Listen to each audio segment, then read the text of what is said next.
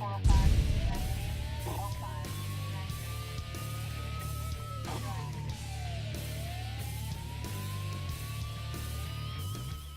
right, welcome back, crime fighters, for another edition of Calhoun County's Most Wanted, the program where you can help make Calhoun County a better and safer place by helping us lock up some of those bad guys. I'm Chris Wright, along with Calhoun County Sheriff Matthew Wade. Good to see you, Sheriff. Always good to be on the show, Chris, I tell you what.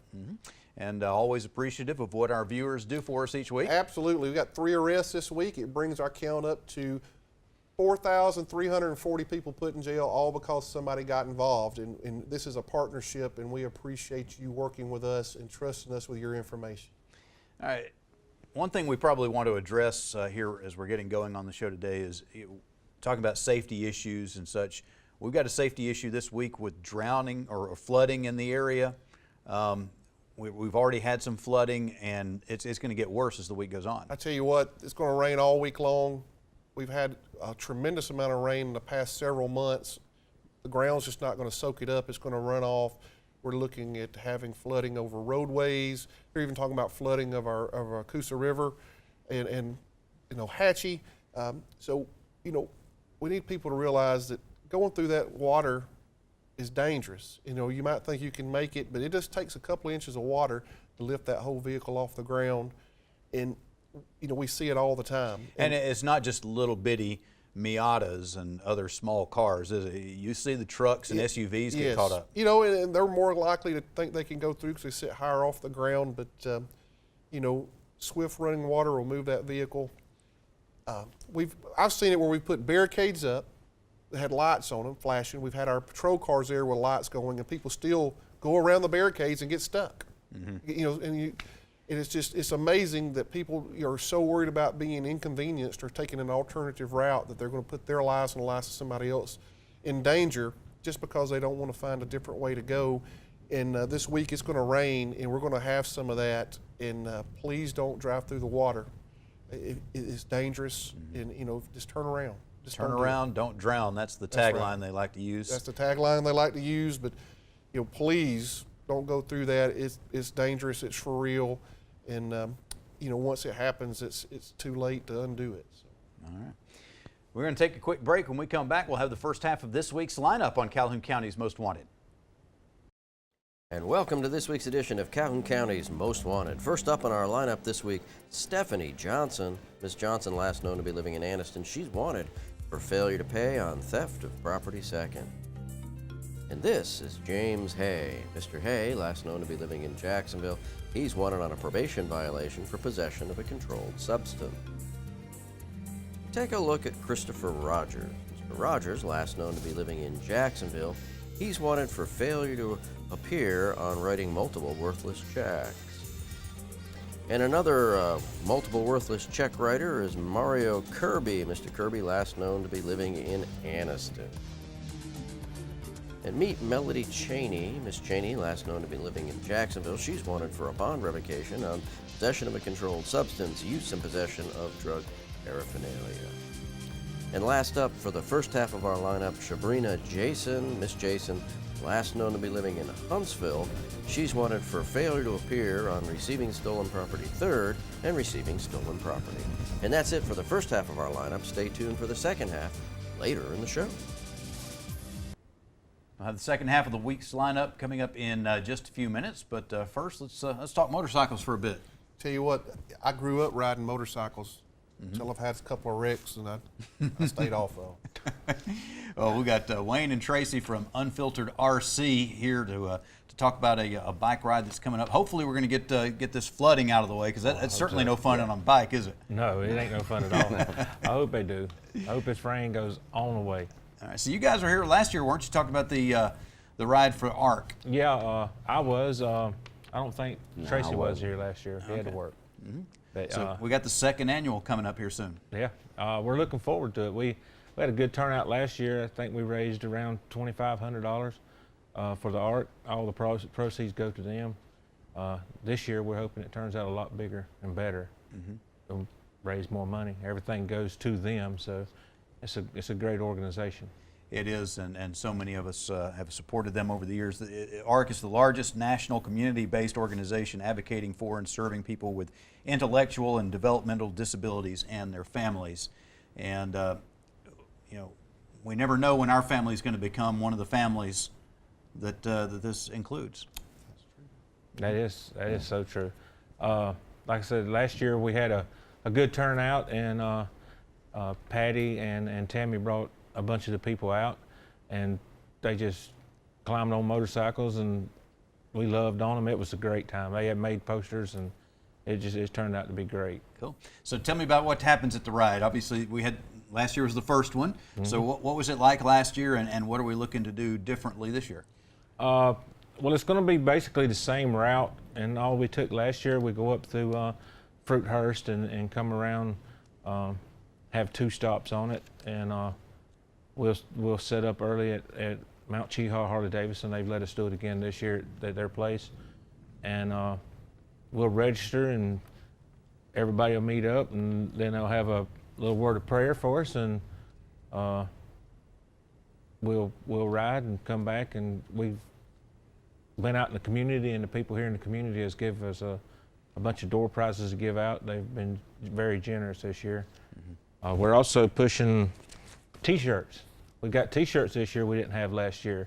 It's got the ARC ride on the front of them. We got them going through GY6 Custom Printing in Anniston. Mm-hmm. You have to go on their website and go to I guess events or charities, and look up the ARC, and or you can pre-order your T-shirts. They're $20 a piece. All the profit goes to back to the ARC. All right. So Tracy, what kind of bikes are we expecting to see? Harleys, Hondas, street bikes, everything. They're all welcome. No bicycles, though, probably. No bicycles. Mopeds? Sure. And even keep cars up. are welcome, aren't they? Yes, sir. Cars are welcome. Mm-hmm. And I guess the cars probably ride behind the bikes? Yes, sir. For safety. Yes. Yeah, so if you got somebody in the family or group that wants to ride the bike, but the rest wants to go along and be a part of the day, but not on the bike, they can do that. And Sheriff, it's important that we're getting to that time of the year. We're going to be seeing a lot of these rides starting up here soon, and folks need to, watch out for them. And watch out for motorcycles. Look twice. I teach my kids that. He's 15. I teach him to look twice before he goes each way. So, and you can do that. And of course, the tagline for that is, "You can save a life if you do Yes, it." exactly. Mm-hmm. Exactly. Yeah. So those bikes, we don't see as many of those during the colder winter weather, and we kind of forget about them a little bit.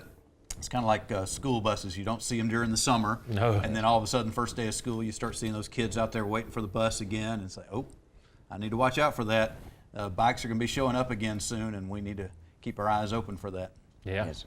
Mm-hmm. The warmer it gets, the more they'll be out. That's a fact about it. And I mean, I seen the thing the other day that said, teach your kids to count motorcycles instead of you used to do the love bugs. Yeah. And they said that way they'll look out for them more. And they'll let you know. Yeah, that's a great idea. If you got kids in the car, teach them to look out for those, and when they point one out, then that just makes it less likely that you'll not see them or forget about them. That's a really good idea. I love ideas like that, Sheriff. They're just absolutely. simple and fun. You get to punch them like you do love bugs. I guess.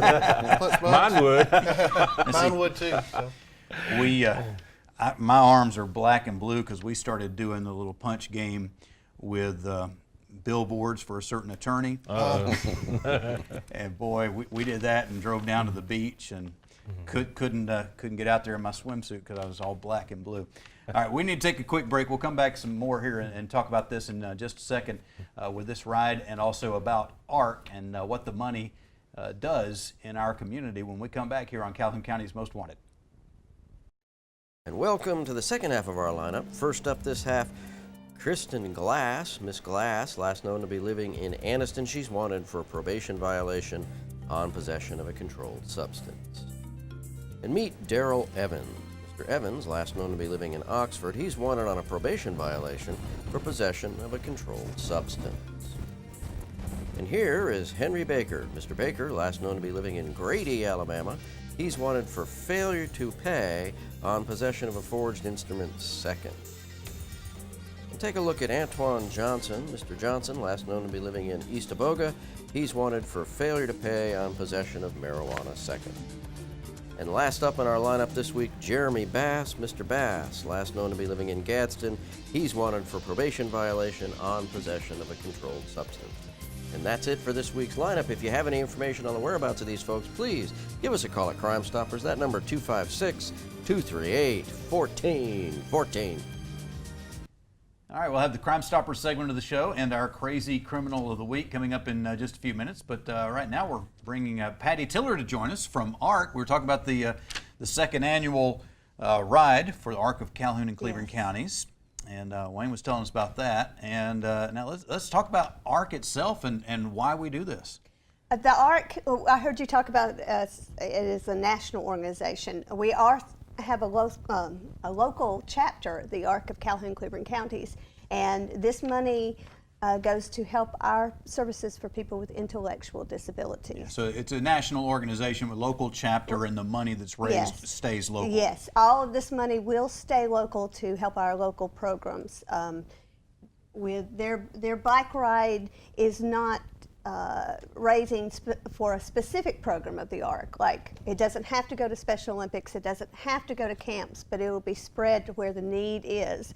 And so that gives us a little leeway to meet a specific need to serve a program. Which is great, because throughout the year you always have things that come up that's, man, this would be great if only. Right. And when you've got some of these funds available, you can say, well, this is going to be great. Exactly, because, you know, a lot of people are familiar with, like, Special Olympics, and they want to donate for Special Olympics, and we need that donation. But then that fund can only be used for Special Olympics. So when you have a program that supports the ARC and all of its programs, it can be used where the need is most.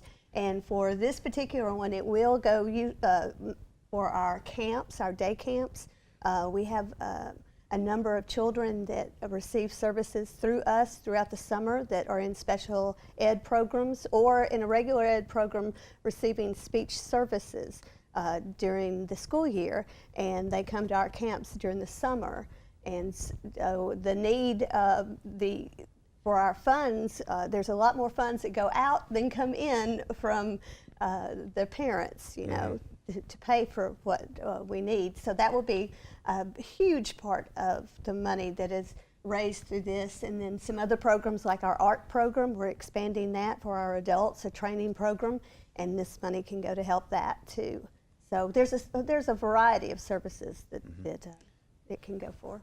Wayne, we didn't talk about exactly when the ride is going to be. No, it's going to be March the 30th, so on a Saturday this year. So we've got plenty of time to get those T-shirts ordered and all that. Oh yeah.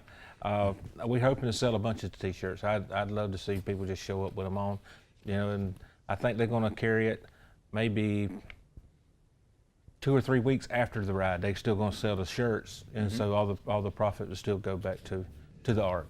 And if people want to find out some more information and see how things are going as it progresses and we get closer to the date, they go to your Facebook page, Friends with Bikes. That's it. That's our web page, our Facebook page, and they can contact us on there, and we can give them any information they need.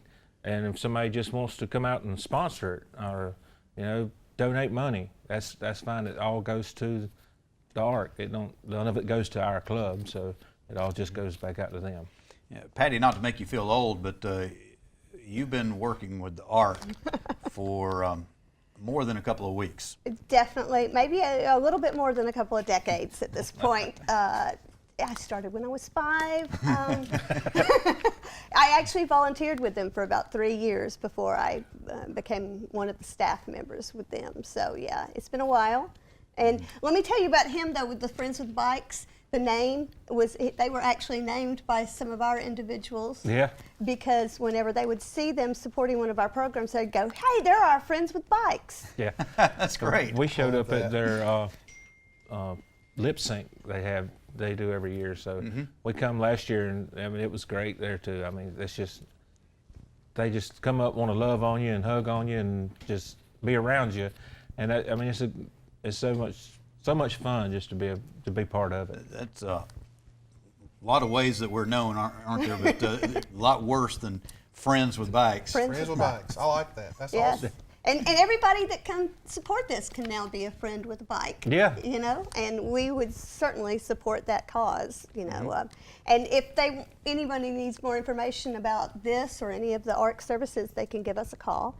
And our number is 256-236-2857, 256-236-2857, or we have a brand new website. Yay! We're so proud about. And that would be Calhoun Cleburne ARC, ARC.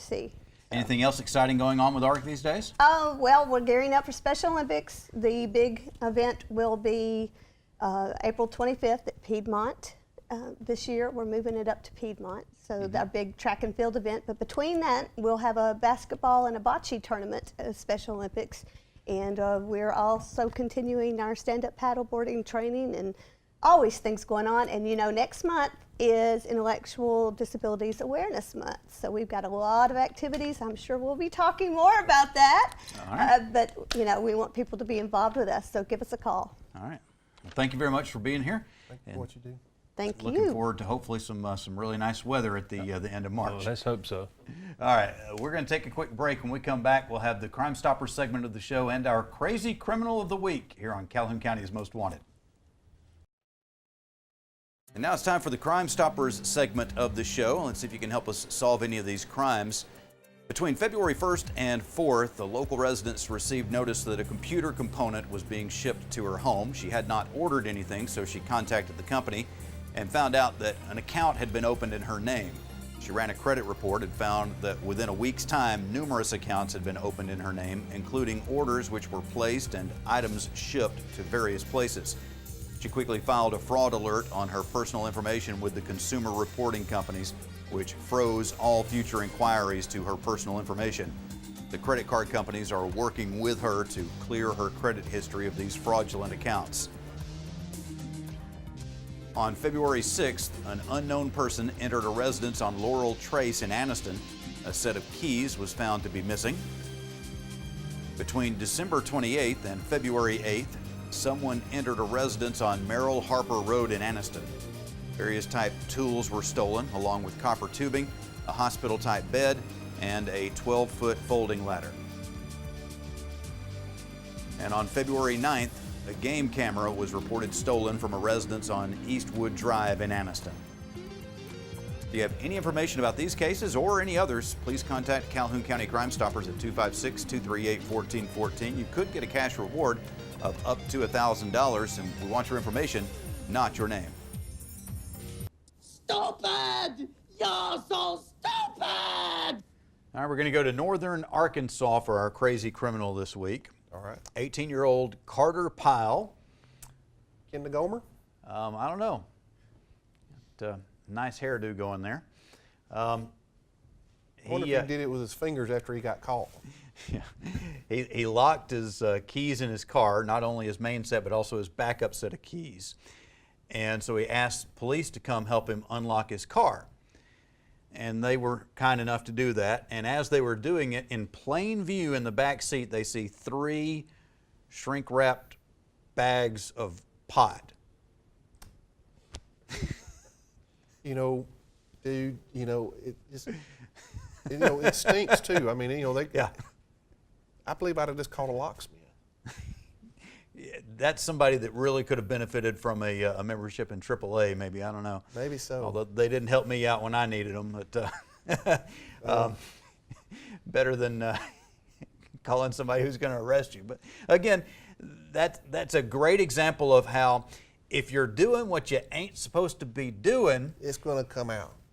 you have a harder time getting help when you need help. You know, if he's 18-year-old kid that locked his keys in his car while he's going to pick up groceries for his grandma, they help him out and everything's grand. That's the way it should be. If he's an 18-year-old transporting illegal drugs He's and he going locks to his jail. keys in his car, going to jail.